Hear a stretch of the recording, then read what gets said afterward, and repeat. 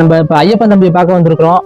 ஐயப்பன் தம்பி வந்து சிறு வயதுலேருந்தே நடக்க முடியாமல் புத்தி சோதனை இல்லாமல் ஒரு வயசு குழந்தை மாதிரி தான் அவர்.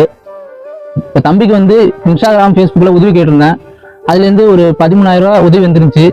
அதை வச்சு கட்டில் மளிகை சாமான் வாங்கி கொடுத்துருக்கேன்.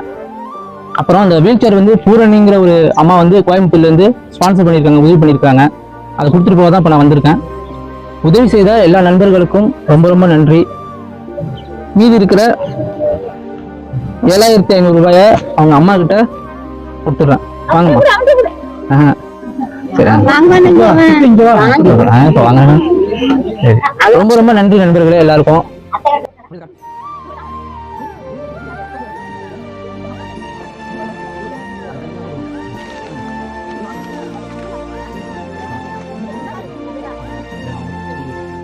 ரொம்ப நன்றி. என் பிள்ளைக்காக ரொம்ப நன்றி.